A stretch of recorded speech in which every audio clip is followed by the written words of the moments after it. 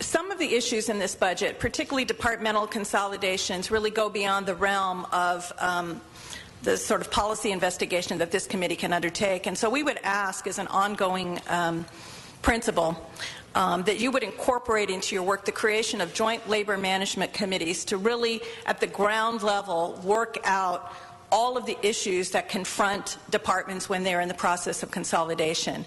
So far, that's been a missing element, and we believe that it's critical so that really the kinks can be worked out, problems can be anticipated by those who are doing the work and should have the opportunity to really be engaged in this process. Additionally, we want to say that we vigorously support the work of the Inspector General in really tackling the backlog of good ideas on how to generate revenue.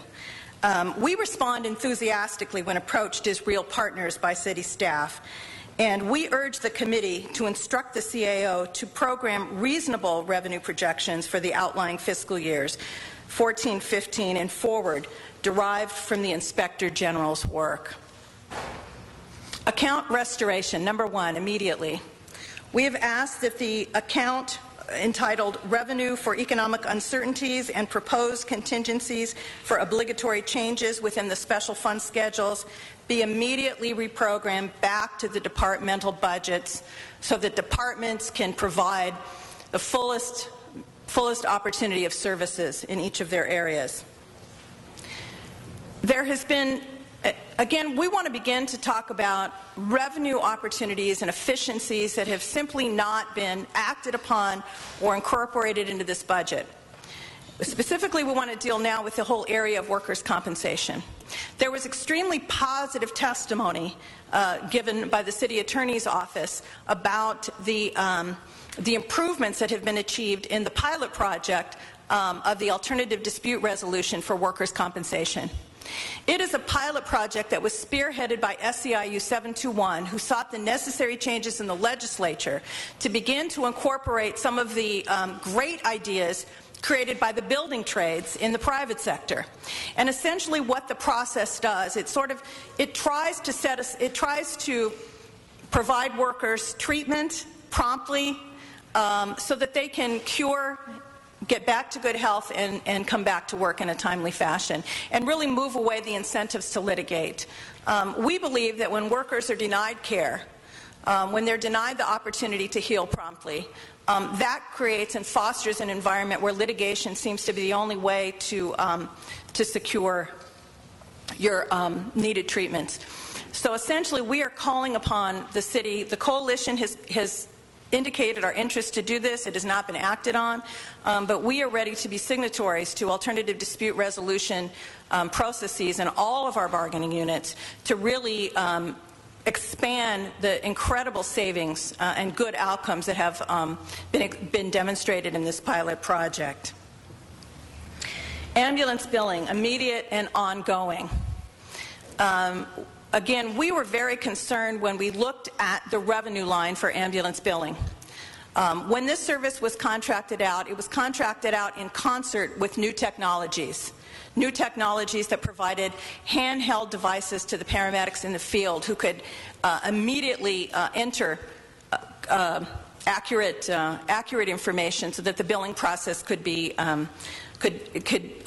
processed more smoothly. We saw a $9 million spike in the first year, really attributed to the new technologies, and revenues have been flat. Now that we are on the cusp of implementing the Affordable Health Care Act, which in our community will see large numbers of the uninsured now having access to the insurance markets, whether it be through the expansion of Medi-Cal or through the exchanges, we think that we are going to be in a very different environment. We are calling upon you, and we support the Inspector General in this, to conduct a full and complete audit of the ambulance billing process, the ambulance billing contract. We believe that there needs to be an analysis as to cost effectiveness and the efficacy of continuing this contract. So again, this is an important area of revenue. We expect that there is much more potential than has been demonstrated. So we think that this is an important area to explore. Animal services. The ACE pilot license collection program. Again, this should be an ongoing opportunity to expand the opportunity to license and to resolve disputes as it relates to animal care. We are calling upon the Council to create a pilot project, to create a task force within the context of a joint labor management committee to report back within 90 days of the passage of the budget with a proposal for pilot animal license canvassing test program. The task force would review the potential use of entry-level vocational workers or similar trainees, utilizing updated technology to maximize the licensing of eligible animals and the collection of outstanding license fees and renewals, coordination with the DWP and the City Attorney to send inquiries to unlicensed dog owners, and the development of an in-house door-to-door canvass operation aimed at improving service and generating revenue. Blight. We introduced the whole idea of holding banks accountable for foreclosures several years ago. And although an ordinance was adopted, nothing has moved. I want to turn this presentation over to James Johnson.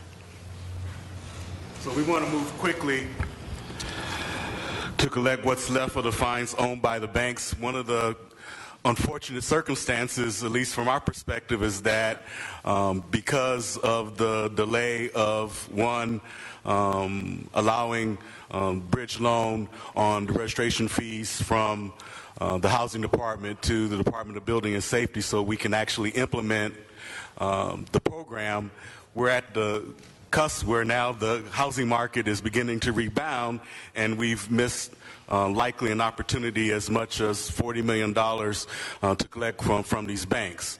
Nevertheless, it's never too late. We recognize that obviously in many communities the crisis has not been averted, and so the program is in many cases critical now more than ever.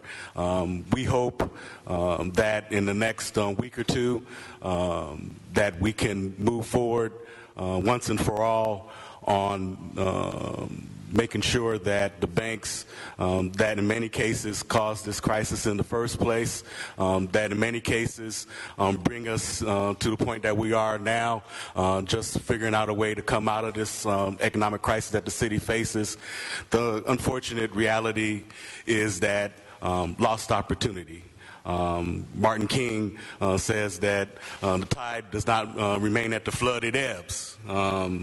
We may cry out, passionately for time to pass on, but opportunity is opportunity lost. And this should be a lesson to us moving forward, that when we work together to solve problems, we can do it together, but we got to do it with all deliberate speed, and 3 years is way too long.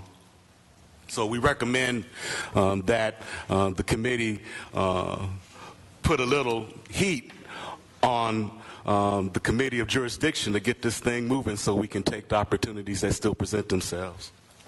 Thank you. Thank you.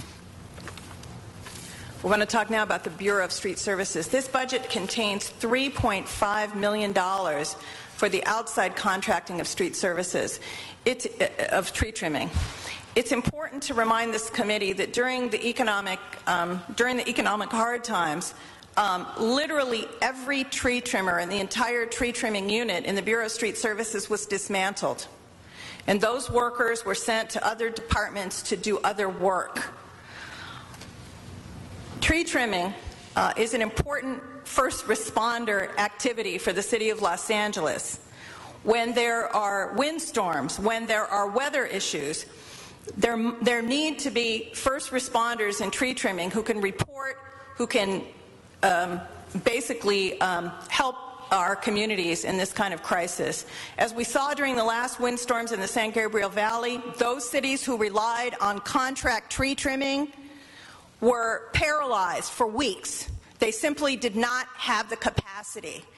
The city of Los Angeles cannot retreat from this important service. We think it is important to revitalize and bring back these workers. They are skilled. They're still working for you. They're now in other city positions. They need to be brought back. We need to restore in-house tree trimming services. In addition, we're concerned about the whole idea of contracting through budget. The Charter has very specific requirements as to the review of contracts, and those include an analysis of not only feasibility but cost effectiveness.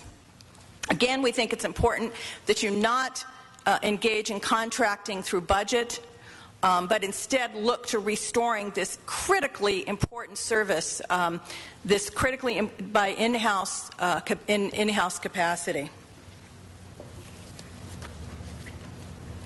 Community development. There is a merger of the Housing Department and the Community Development Department in order to really hone and expand the city's focus on economic development. We think that's a good idea. Again, we've called upon a Joint Labor Management Committee to work through all of the details of that. We are inextricably opposed, however, to the allocation of $4.5 million to the creation of a private nonprofit economic development entity.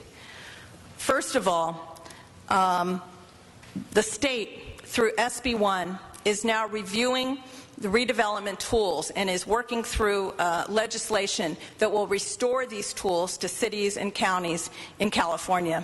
We think it's important to wait until this legislation passes and then be able to utilize these tools in a new economic development model in-house.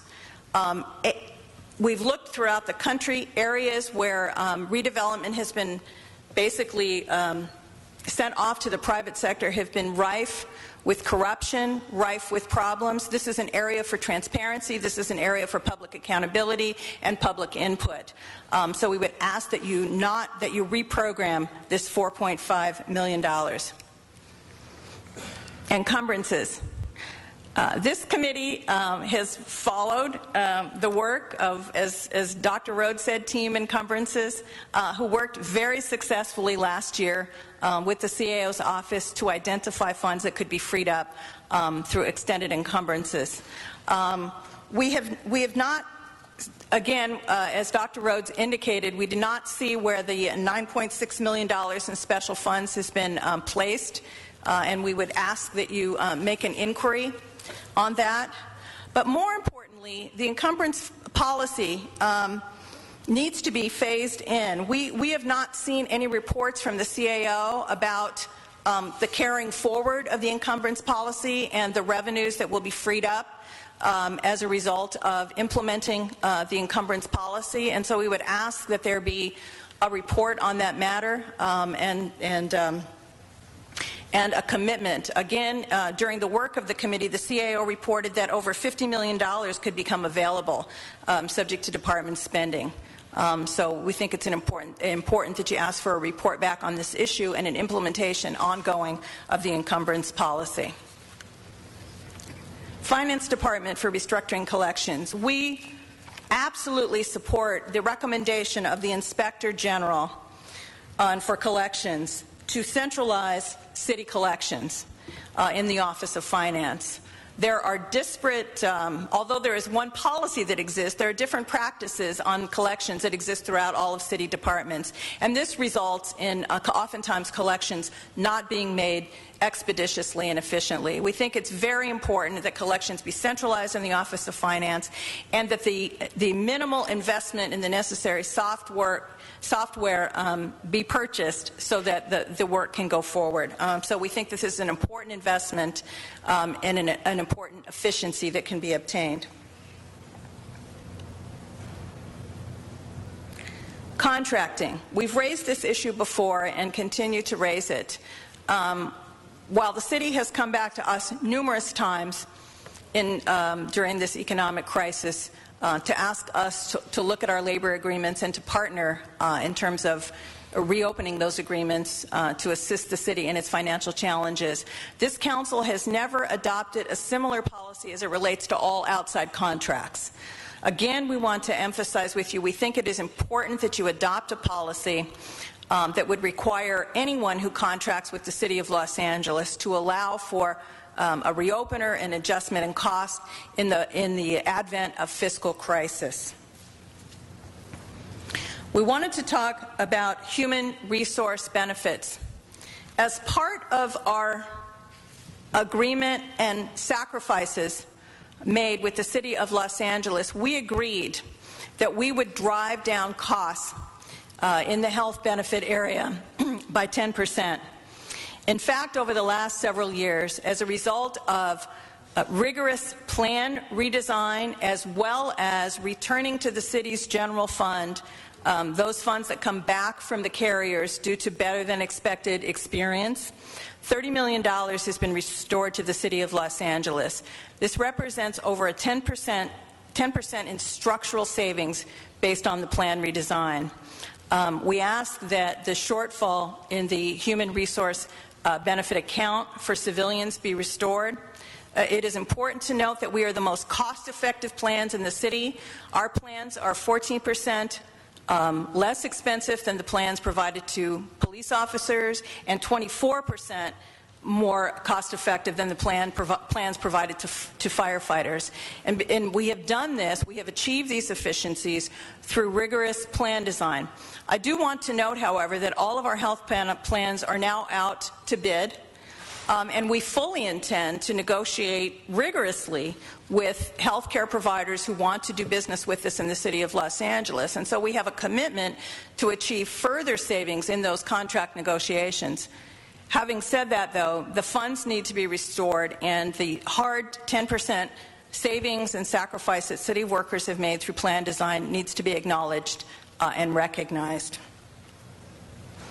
Civilianization.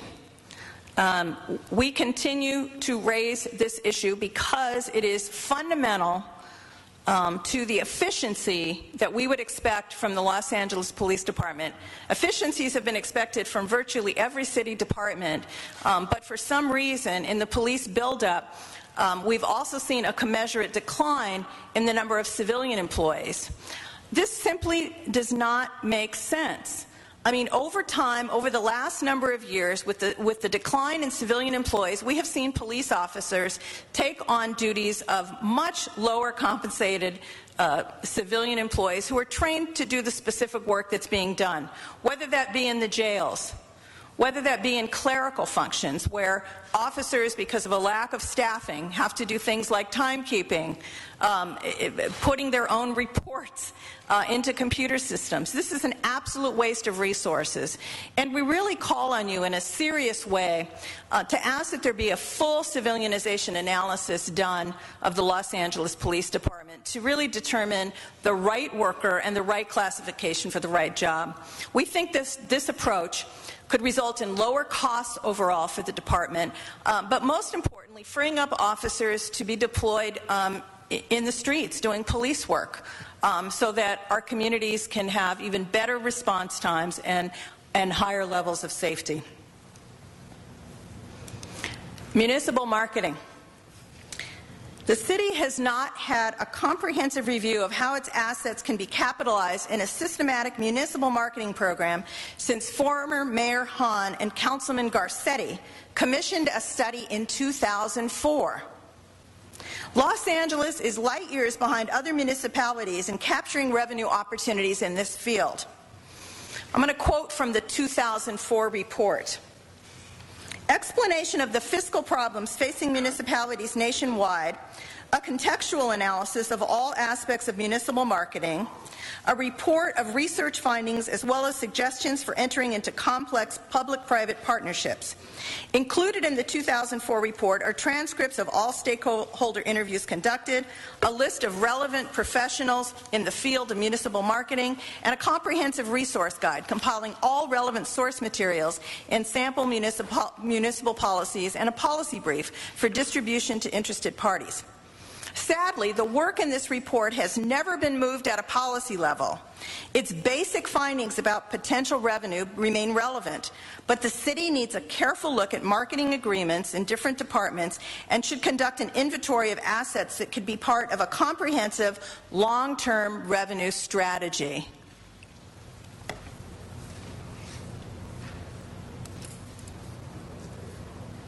The parking occupancy tax. We have raised this issue for a number of years now. The Core Commission took up the issue and issued a set of recommendations that we believe would be highly effective if fully implemented.